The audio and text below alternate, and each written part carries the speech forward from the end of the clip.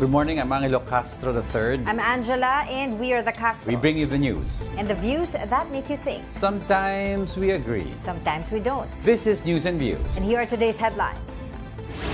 A 16-member legal team will represent Vice President Sara Duterte in her impeachment trial, according to a document filed with the Senate Impeachment Court. President Marcos says he doesn't tolerate underperformance, even among close friends. The PAOK has set up a one-stop shop where victims can file complaints against abusive lending apps. PNP Chief Nicolas Torre III sacks 8 Metro Manila police chiefs for failing to meet the 5-minute 911 response time. First in the news, Vice President Sara Duterte has a 16-member legal team defending her before the Senate Impeachment Court. According to court spokesperson Reginald Tongol, a document indicating the formal entry of Duterte's lawyers was submitted to the Senate Impeachment Court on Monday. Listed as Duterte's defense lawyers are Attorney Philip Fortun, Attorney Gregorio Narvasa, Attorney Sheila Sison, Attorney Carlo Narvasa, Attorney Roberto Batungbacal, Attorney Justin Gular, Attorney Lyndon Bacuel, Attorney David Golia, Attorney Maria Fortun, Attorney Clarine Radok, Attorney Francesca Flores, Attorney Miguel Fernandez, Attorney Michael Poa, Attorney Reynold Munsayak, Attorney Mark Vinluan, and Attorney Ralph Bodota. Meanwhile, Vice President Sara Duterte hit back at Undersecretary Claire Castro following the palace officials' remark about politicians willing to be used. Duterte once again claimed that Castro is related to ACT Teachers Party List Representative Franz Castro. The Vice President added that nothing good could come from the two Castros. Claire Castro, pinsan ni Franz Castro, at pag Castro family, dalawa lang naman yan sila sa pamilya na yan, Claire Castro at Franz Castro, wala na talagang maganda at tama na lalabas dyan galing sa bibig nila. Sabi ko nga, di ba, ano sabi ko? Garbage in, garbage out. Pagdating dyan sa dalawang Castro na yan. Meanwhile, Undersecretary Castro called it alarming that the Vice President herself would spread false information. She also pointed to Duterte's previous misleading statements about President Marcos, First Lady Liza Araneta Marcos, and the claim that 20 peso per kilo rice was only fit for pigs. Nagiging source of fake news na po or disinformation ang ating Vice Presidente at hindi ito maganda para sa kanya bilang pangalawang nakakataas na leader ng bansa. Sana wag manatili ang pagiging source niya ng fake news bilang Vice Presidente. President Bongbong Marcos revealed his rationale behind the so-called great revamp of his cabinet officials. He emphasized that he maintains strict discipline among his team and does not tolerate underperformance, even among friends. Here's the report. When we sat down with President Bongbong Marcos in a podcast interview, one side of him surfaced, a strict chief executive in control of his administration. Someone who does not do double takes with those who are not able to perform. This, the president said, is the reason behind the recent review of government officials.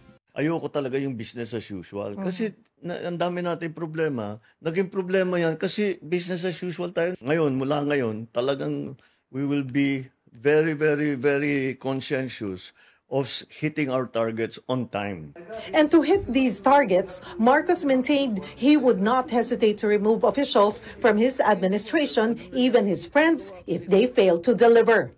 Hindi naman ito tungkol sa pagkakaibigan ng pagmamahal natin sa isa't isa kung hindi para sa serbisyo, para sa tao. Speaking of palitan, hindi naririnig, hindi na ilalabas, pero siguro sa mas mababang mga posisyon, marami na po ba kayong napalitan doon sa loob ng 3 taon?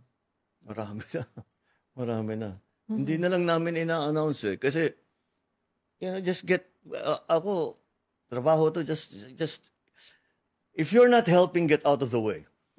Okay? Kung di mo kami tutulungan, basta umalis ka na lang dito. Gawin mo yung gusto mong gawin, pero pabayaan mo kami magtrabaho. Whatever it is, basta just get out of the way so that I can do my job. President Marcos also insisted he does not just read accomplishment reports. He wants to be sure. That's why he personally visits government projects. Recall that he recently rode the MRT, went to markets and to Kadiwa venues, and personally visited Siquijor province, which is in a state of calamity due to massive brownouts. It's very different to receive, makatanggap ka ng report na sasabihin, natapos namin yung project, ganito yung ginastos namin, may picture na maganda. Pero pag pinuntahan mo, iba. Iba talaga. So it's still important to go and see things for yourself.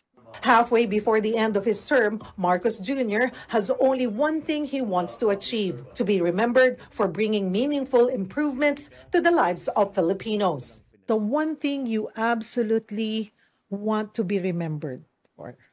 We made a change for the better. This has been my guide in all the positions I've taken. The worst thing that can happen is umupo ka doon sa posisyon mo, na nagsilbi ka, umalis ka, walang pinagbago. So I absolutely insist that in 2028, when I leave this office, there are significant and tangible changes for the better in the life of each Filipino. I'm Cheryl Cosim. We are One News.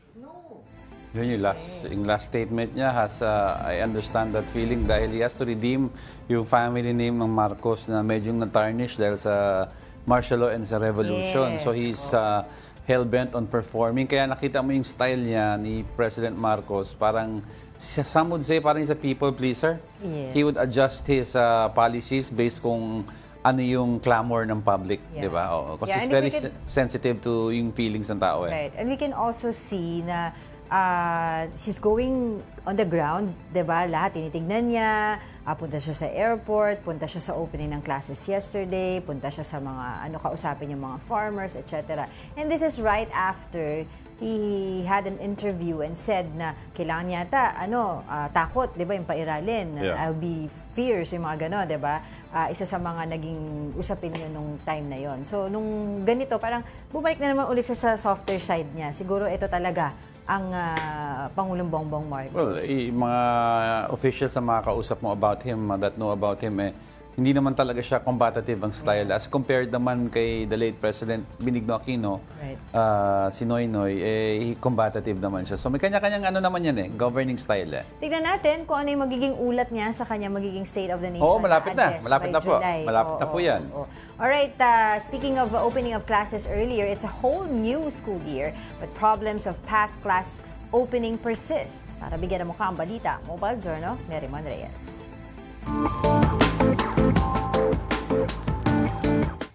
Panibagong back-to-school season na, pero ang mga lumang problema nananatili pa rin sa ilang paaralan.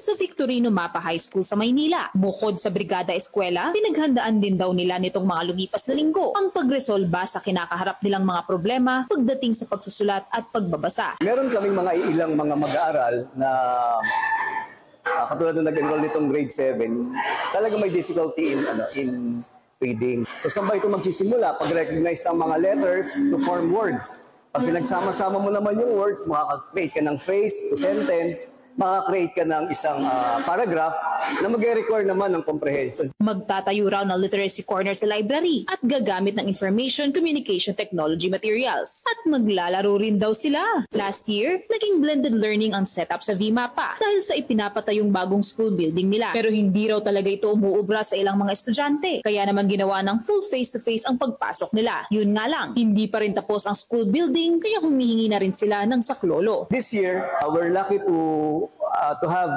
the annex building of Recto High School. So ang mga challenges doon are the facilities and equipment, mga upuan, kasi kulang yung kanilang upuan, so dinala nila sa main building. So naghahanap po kami, may mga tumutulong na mga schools na nagpapahiram ng mga lamesa, mga upuan na makakatulong po. Mahalaga na pati ang ikalawang tahanan ng mga kabataan ay pinangangalagaan dahil dito rin hinuhubog ang kanilang pag-asa para sa magandang kinabukasan. Mobile journalist Merriman Reyes po, hatid ang mukha ng balita. Let's discuss that issue further with Hannibal Camua, Executive Director of Philippine Business for Education. Good morning and welcome to the program. Thanks again for joining us. Good morning din po at thank you for having me in your program po. All right, so we would like to ask your assessment dun sa naging opening of classes yesterday. Sabi nga nila, it's a whole new year but with the same decades problem. Well, you framed it perfectly, Ma'am Angela. No?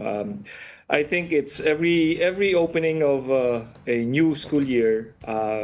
I think our education sector is facing the same challenges. And as what I've mentioned in my previous interviews in your program, I think this is also because of decades of neglect on the issues that actually persist in our education system. So if we are talking of, let's say, shortages in terms of classrooms, lumalaki yung shortage na yan because the learner population is also growing. So even if there's a catching up, or let's say there are construction of new classrooms in preparation for the new school year, it's actually not enough to, let's say, para mapunan yung backlog. That was actually because of years and years na meron naman talagang napakalaki na at lumalaki backlog on the classrooms. Sabi kasi nila, no, for a student to be successful in his study, in journey niya into a success sa school, no, kailangan stress-free ang environment. But it looks like na until now, we're still focusing on blaming the actual curriculum rather than ito, which is very evident already, fixing the actual problem.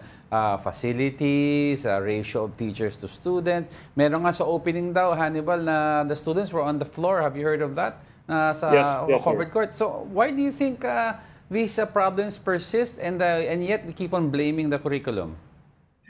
Well, actually, sir, the curriculum part is another problem. No?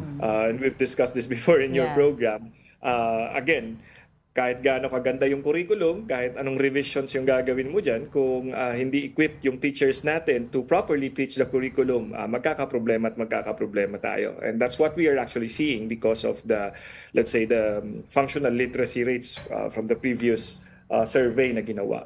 But looking at it, you are correct in framing it that it's actually first addressing, let's say, the basic just in terms of infrastructure. Kung ano yung kailangan ng ating mga learners for them to have, again, what you've said, a stress-free learning environment. So makikita natin dyan na dapat sapat yung mga classrooms at yung mga silid-aralan at comfortably, dapat na komportable yung ating mga learners habang sila ay nasa eskwelahan. Pero karamihan nga po, at yun yung nakikita natin every opening of the school year, na meron talagang challenge, no? Napakalaki talaga yung challenge on the lack of classrooms and the backlog has been like from yesterday's interviews with Secretary Sani Angara. He said in the news that it's around 165,000 all over the country.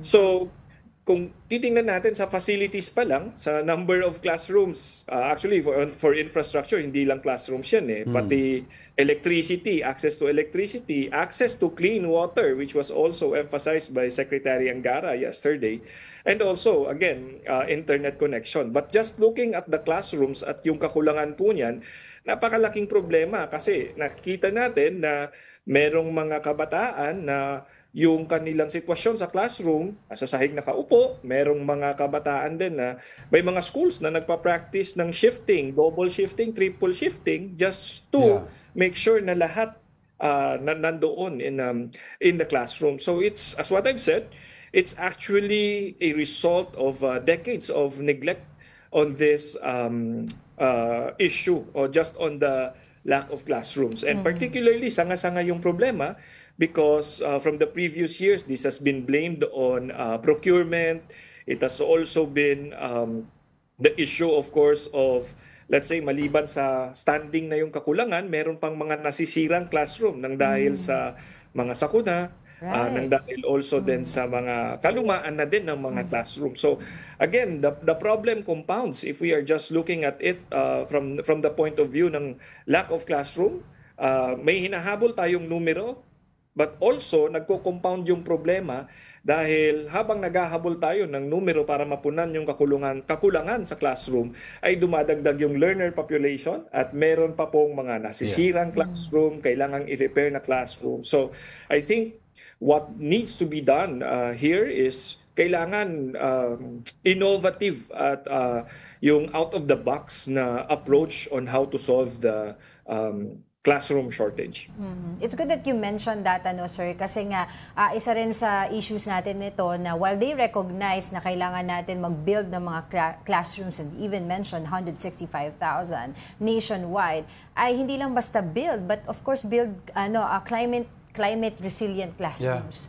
Diba? Because we all know naman all year round tayo tinatamaan ng sakuna. And do you also believe or agree with what DepEd Secretary Sonny Angara said yesterday about the new plans on announcement on how they will announce suspension of classes due to typhoons? Actually, Ma'am Angela, maganda po yun. It's a welcome development. And that's what kami sa PBED, we've always been pushing to empower local governments to make decisions based on their context. So particularly just on the issue of announcing suspension of classes, again, nasa local government, maganda na ibibigay natin sa mga local governments sa localities yung desisyon na yan. Kasi after all, sila yung nakakaalam ng sitwasyon sa kanilang mga lugar. So pwedeng sabihin natin, or in that case, na the typhoon signal is actually already declared and up. Pero sa mismong locality ng isang LGU o sa isang bayan ay hindi naman naulan at hindi naman po kailangang magsuspindi ng klase. So different approaches and empowering the local government to make those decisions is actually a very good move. So para lesser din po yung disruptions sa klase, because we have to bear in mind that the more sa mga araw na nagkakansela tayo ng klase, all the more na nahuhuli yung ating mga learners. You mentioned kanina, Hannibal, about thinking out of the box. I remember several countries like New Zealand and others, and other people in the educational sector have pointed it out from the Philippines. Na maybe we could take a look at other systems. For example, how about the use of virtual classrooms, not really work from home, but may mga virtual classrooms. Some countries would have, let's say, 50 sila sa class, 20 papasok sa class physically, and for siguro a Monday, the remaining 30 will be in virtual locations just to access, as nag-rotate sila, just to accommodate the lack of classrooms temporarily. What is your take on trying this out? Good, Sir Angelo, that you have mentioned that, because in other countries that work. But as what I've said earlier, learning infrastructure is not just about classrooms. So before we take a look into that, we need to also do an audit or an accounting of how many of our classrooms or how many of our schools actually have a very stable and reliable internet connection to enable such, let's say, virtual learning. Or a mixed learning, hybrid learning in that case. Kasi karamihan po, may mga eskwelahan pa po na number one, hindi konektado sa internet. That's right. Even so, they don't even have electricity. Yes, exactly po. So, before we take such, I agree, it's an innovative approach to address the lack of classrooms or yung kakulangan natin doon. But before we even take a look at that, we need to do an accounting of aling mga eskwelahan ba ang konektado sa internet. At number one, that's it. And also, ano yung ideal ratio for, let's say, a learning gadget, or 'di ba, for let's say a tablet or a computer, kasi minsan po kasi, and this we found out especially during the pandemic, access to internet and also a digital learning device is actually nagkakaroon ng barrier, especially for the poorer learners. That's right. Wala silang access sa internet at wala silang access din sa isang learning device.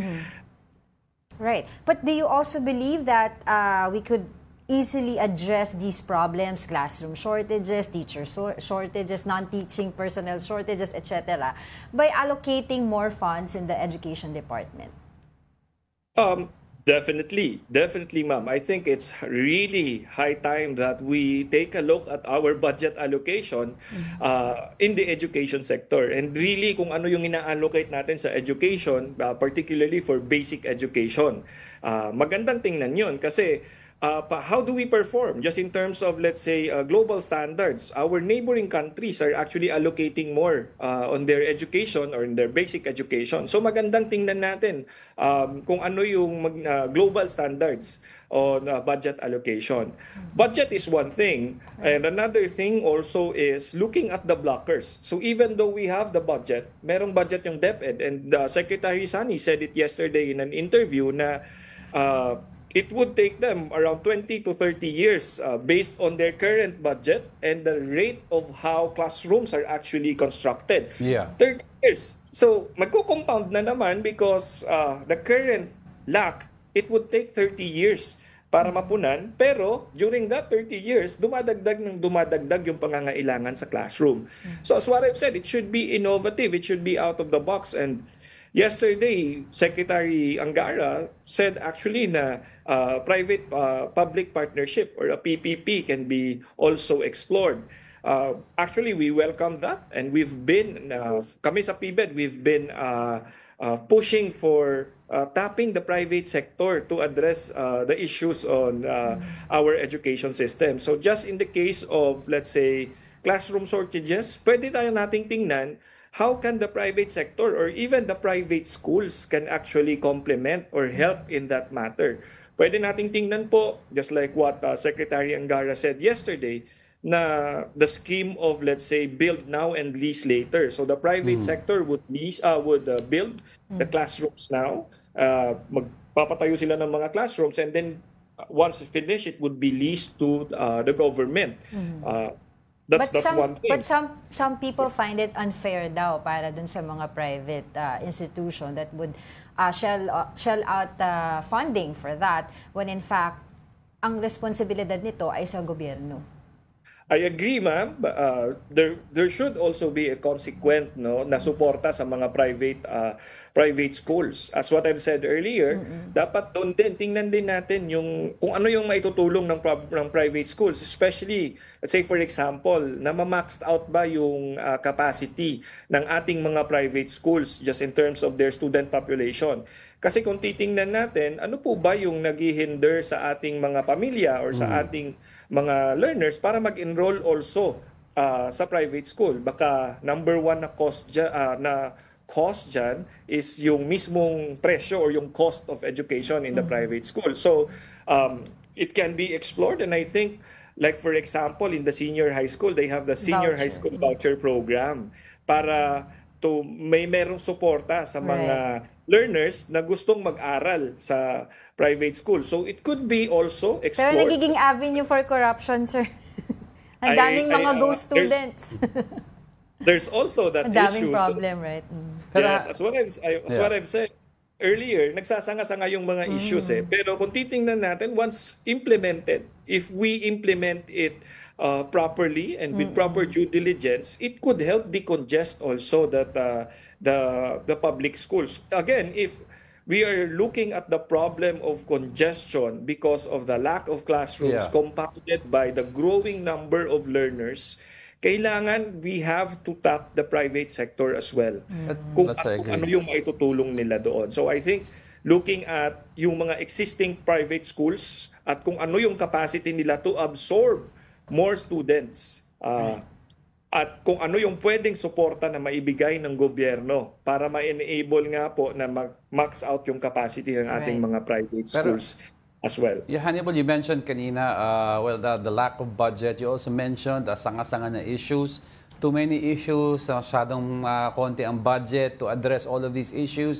But I remember, I think years back, several economists who trained in Japan said the best way to address a problem is to take at the root cause. So maybe if we were to take a look at one simple problem before we take on the next, what would the first thing do you think we should address and focus the budget on that instead of using the small budget that we have on several issues? Maybe we focus on something yet at the root and then maybe when we address that, we climb to the next step little by little. That's the way the Japanese do it. So if you were to ask your organization, what would be that very first step that you think we should take a look at carefully?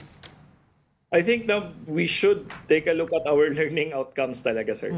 Focus on the basics and then our learning outcomes. I've always been very consistent in terms of arguing that we first look at our basics. Ano yung nandoon? Ano yung nakikita nating problema sa basics? So particularly, let's say, bago sila pumasok sa grade 1. Pre-K, and then also from grade 1 until grade 3. Ano yung ginagawa natin doon? And in that case, just in terms of literacy and numeracy. Kasi sila po, yung mga nasa early grades ngayon, yun po yung tatagal din sa sistema. I'm not saying na lost cause or pabayaan na natin yung mga nandun na sa taas or I'm not saying that. But I'm actually saying is if we're actually going to look at it for a long-term perspective, solusyon sa mga ganitong problema, tingnan natin yung nandoon sa early grades. Ano yung ginagawa natin in terms of number 1, also facilities and infrastructure for early graders, learning outcome of early graders, sino yung nagtuturo, yung mga teachers natin sa early grades, so and so. Because if we do really good in the early grades, again, if we do really good on that part, habang umaakyat po yan sila, na-address yung problema. Right. In literacy, in numeracy, sa pagtuturo, so and so. And then as marami pang pumapasok na mga bagong learners, if the system for early grades is actually efficient and effective, na-address natin yung problema habang tumataas sila sa ating learning spectrum, sa ating, let's say, sa ating learning system. Hindi ka na naghahabol. Hindi po natin sinasabi dyan na dapat wala na pong interventions for the higher grades. So, focus on the basics. Focus on the first 3 years of basic education. I agree. Well, we are one with you in the hopes of making our education sector a better one. But for the meantime, maraming salamat po sa inyong oras. Hannibal Camua, Executive Director of Philippine Business for Education. Thank you so much for joining us. Maraming salamat din po. And until next time, thank you. We'll be back with more stories after the break. Keep it here on One News.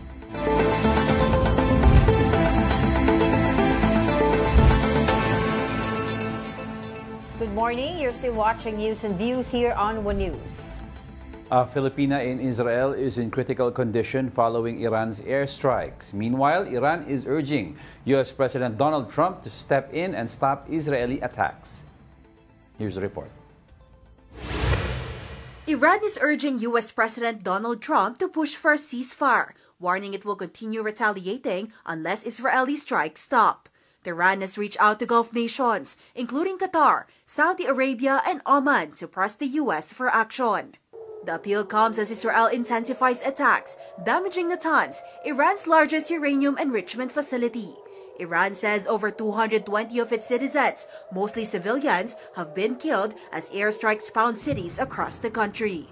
While Israel claims its goal is to dismantle Iran's nuclear and missile capabilities, Tehran threatens a larger counterattack unless the U.S. intervenes.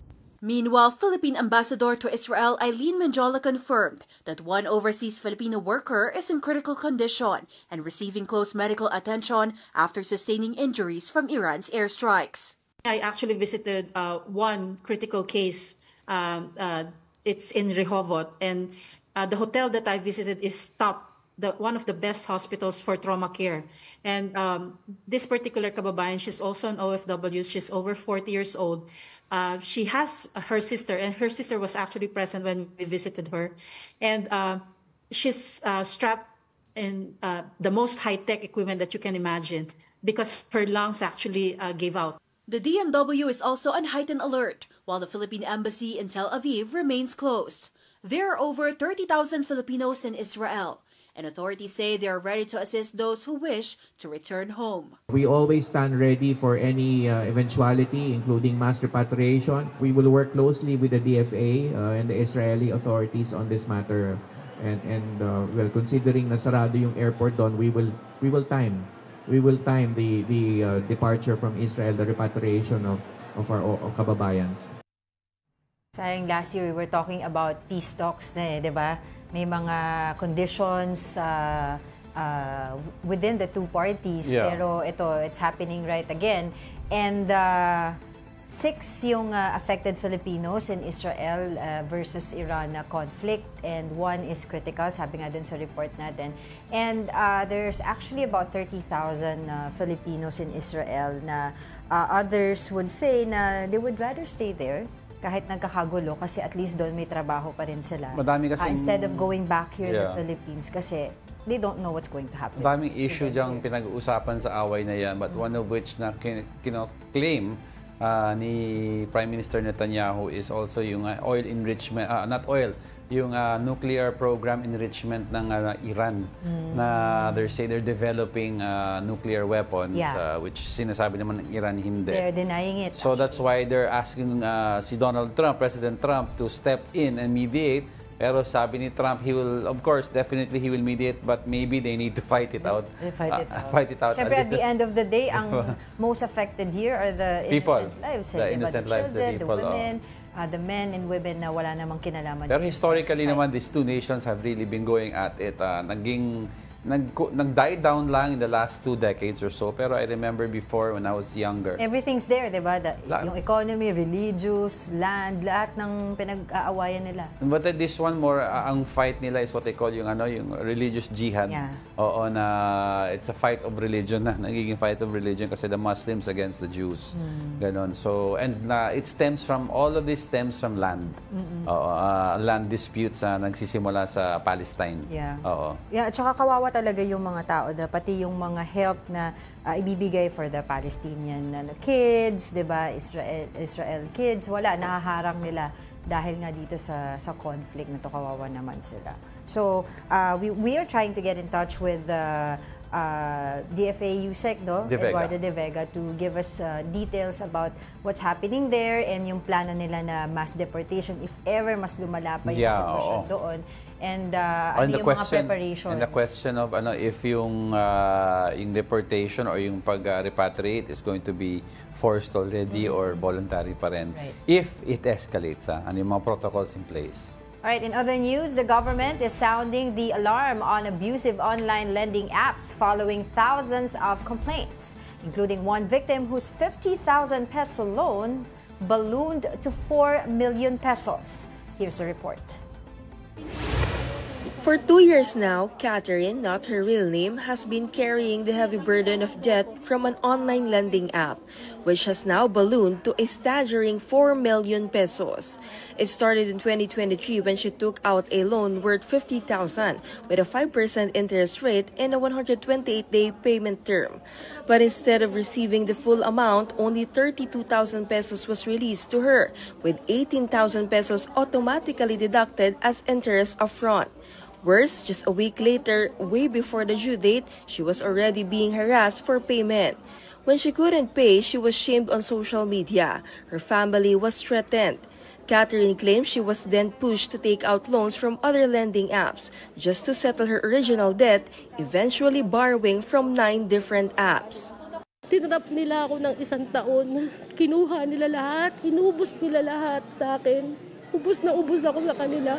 Lahat ng kita ko, lahat ng sweldo, lahat sa kanila na napupunta.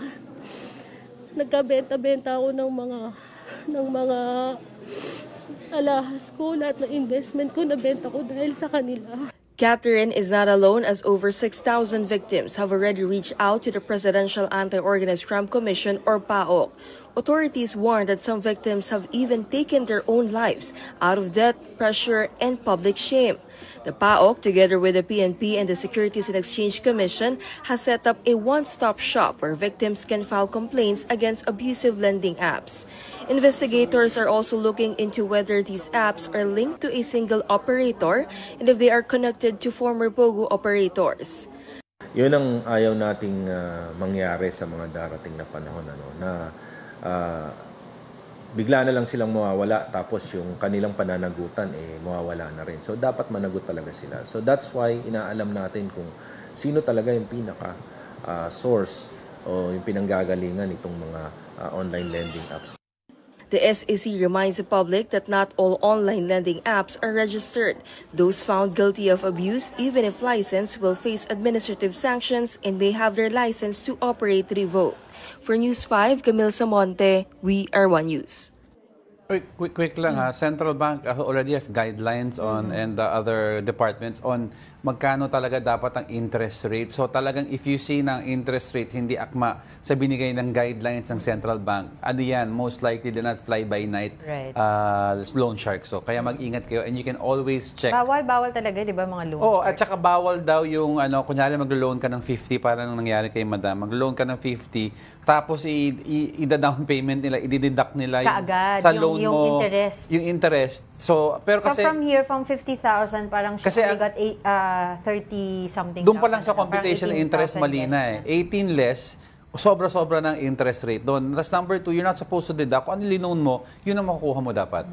Diba? Tapos yung interest comes after. Pero ita-down mo yung interest, tapos may computation ko pa ng monthly. Mali daw yun.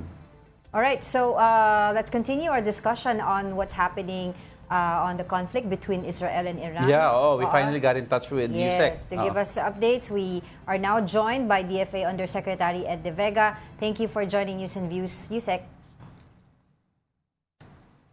Yusek, can you hear us okay? Yusek, nakamute po ata kayo. Hello? We'll try to fix the audio of Yusek kasi yun nga, we need to know the details, diba? Ano yung updates dun sa ating mga Filipino workers doon. Especially mga worried family members here in the Philippines. And for those who want to be repatriated na, kasi may iba pa rin naman, while others would like to stay there, may iba pa rin naman na gusto din nilang umuwi dito. We're just troubleshooting yung problem natin with the communication. But Yusek, are you there? Yes, I'm here. Sorry, because we had an event here, so I'm only available now. And if you can see, I'm walking, but you can ask me. Is it about Israel? Yeah. Yes, po. Yeah, thanks for taking it. While I wait for a place to sit down, because I'm holding a cell phone. No problem, and thank you so much for taking this call. Oh yeah. Okay, so Opo, can you give us an update po? Can you give us an update po on the situation of the Filipinos in Israel and in Iran as well? All right. Okay, the situation is there have been 46 Filipinos who have had their homes wrecked because of the missile attacks. 46, but out of the 40, they are not injured. The ones who na dinala sa ospital were 7, of which 5, awan ng Diyos, have been discharged. According to Philippine Ambassador Eileen Mendoza. 5 have been discharged. 2 are still in critical or semi-critical condition, and we hope for the best. We want to thank Israel because they're footing all the medical bills.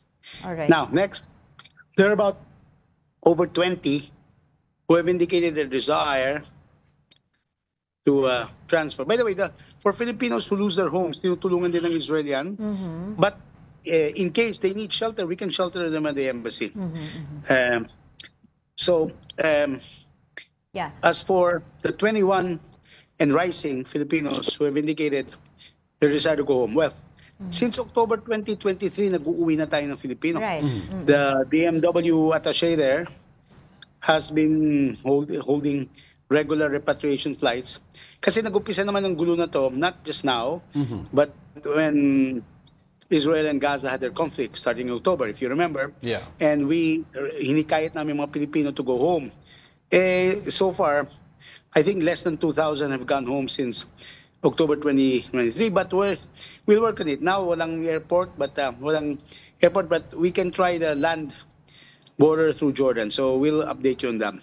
And lastly, the Filipino community leaders are in touch with the embassy, and they know they could go for help if they need to.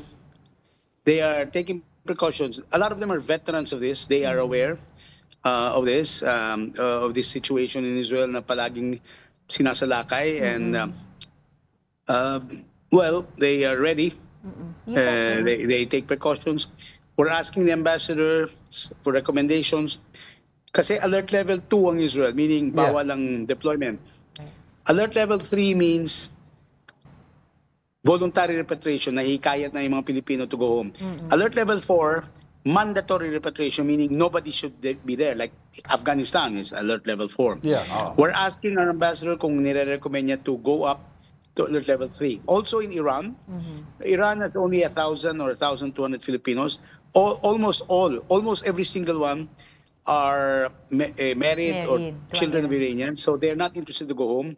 But if they have to go home, we have a contingency plan as well for them, and we'll work on it. Yusek, doon po sa 5 na-discharge na po sa ospital na nabanggit niyo po, have they indicated interest of going home or they will opt to stay po? I myself was posted to Israel. That was my first diplomatic assignment. Let me see now, almost 30 years ago. 25 years ago, I was a junior officer. I'm telling you, to tell the Filipinos in Israel, maybe it's time to go home and live again in the Philippines. They don't like it because they love their life in Israel. So thank you then, say Israel. However, at that time, a peace process. When I was there was a peace process between them and the Palestinians.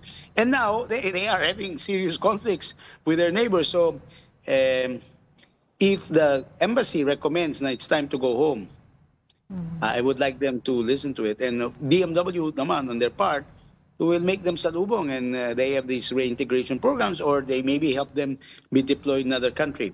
Nevertheless, we want to assure Israel that we are appreciative that they are taking care naman of our OFWs there. Yusek, based kasi sa pronouncement also ni President Donald Trump na in a interview somewhere na maybe they should fight it out a little.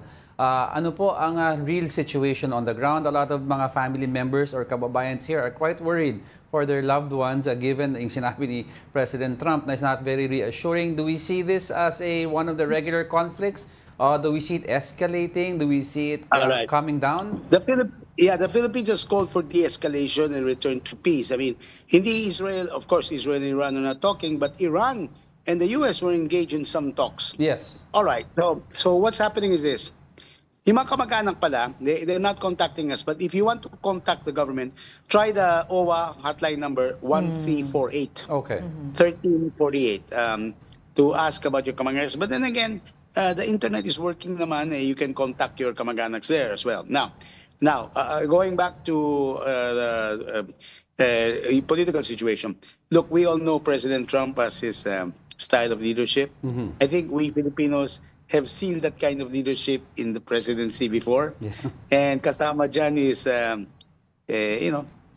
gulat, ganyan. Yes. But the latest word is that the Iranians, through Arab contacts, are trying to reach out to Washington because Iran, and we're still trying to get confirmation, absolutely this, is now indicating to the U.S. that they would like to go back to the negotiating table about their nuclear arsenal, meaning their nuclear capability. Yun ang issue, di ba? Yes. And they are willing to be flexible, whatever that means, which means, well, they are being affected. So, because Israel has been very precise in their attacks. Yes. They have not aimed at indiscriminately to fire at human civilians. That's why walang gustong umuwi. But they have managed to destroy or damage a lot of Iranian, yung sinasabi ng Israel na gagawin nila, yung mga installations, and especially, they've even killed some Iranian high officials or military officials. So maybe, let's go hope that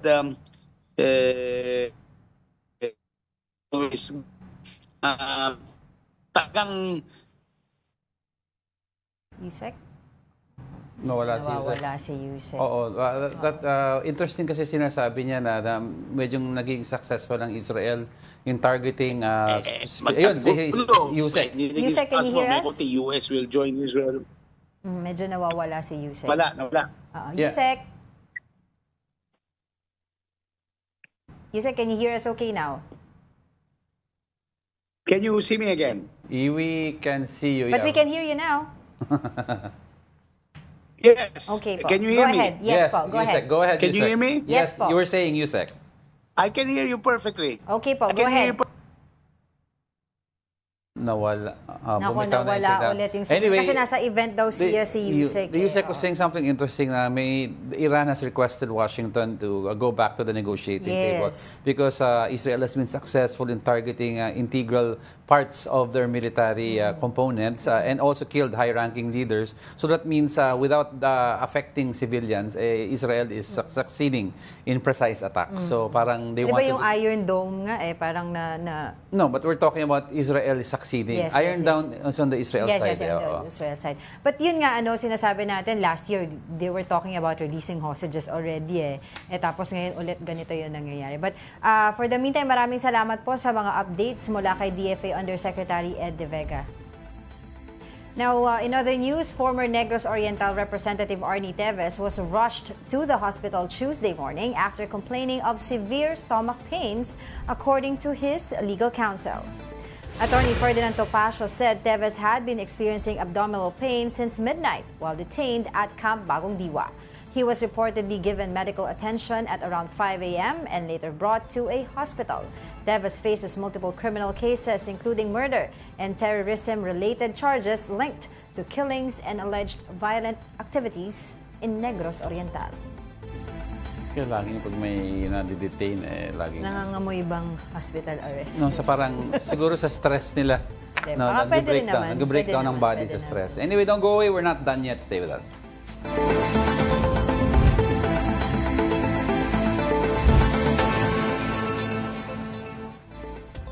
Welcome back. You're still watching News and Views here on One News. Just 2 weeks into his term, PNP Chief Nicolas Torre III has relieved 8 Metro Manila police chiefs for failing to meet the mandated 5-minute response time to 911 calls. Here's the report. 2 weeks after assuming office as PNP Chief, Police General Nicolas Torre III has begun removing officials under his command. 8 chiefs of police in Metro Manila have been relieved from their posts for failing to enforce the rapid response policy to calls received via the 911 hotline. Binigyan ko na sila ng standards.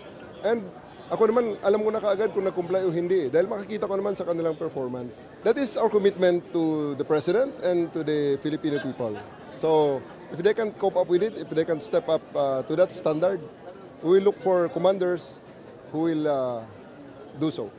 PNP spokesperson Police Brigadier General Jean Fajardo confirmed that the relieved chiefs of police were from the cities of Caloocan, Navotas, Valenzuela, Mandaluyong, Marikina, San Juan, Parañaque, and Makati.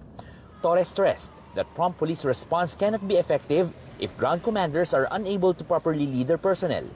Hindi mo magagawa ang 5-minute response kung hindi makapag-command ang ating mga chiefs of police. I want them to actually command, not only figuratively, but literally, they can issue the command over the radio, over any communication na kung gusto nila. The PNP chief had earlier announced plans to implement the 5-minute police response time nationwide for a few months before lowering it to the ultimate target of 3 minutes. But since the 911 emergency hotline operates nationwide, Torres said the removal of underperforming police chiefs won't be limited to Metro Manila. He confirmed that more dismissals are expected in other provinces and regions. Torre added that while there are some who fall short, many are ready to prove they can meet the standard. There will be more because I was there in Central Visayas yesterday, in Iloilo, and may mga nakosyon ako mga provincial director doon. We will declare those positions open so that mabigyan naman ng pagkakataon ang ibang mga interesado at qualified at sa tingin natin ay kayang gawin yung ating pamantayan. For News 5, Gerard de la Peña, we are One News. Now, is it possible for a rider to travel from north to south without committing any violations? That was put to a test in a motorcycle event over the weekend. Para bigyan ng mukha ang balita, mobile journalist Evan Tarinque.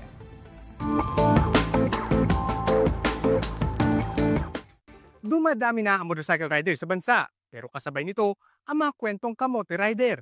Kaya sa isang motorcycle event itong weekend, ipinakita ng mga rider na mas marami pa rin mga disiplinado at responsableng nagmamaneho. Mahigit 1,000 riders ang nakiisa sa big ride ng Suzuki Philippines mula Caloocan hanggang Pasay nitong Father's Day. Mapabig bike man o small displacement. Sumunod sa itinakdang riding formation na double file hanggang makarating sa destinasyon. Isang paalala na kaya maging maayos organisado at ligtas sa motorcycle community sa kalsada.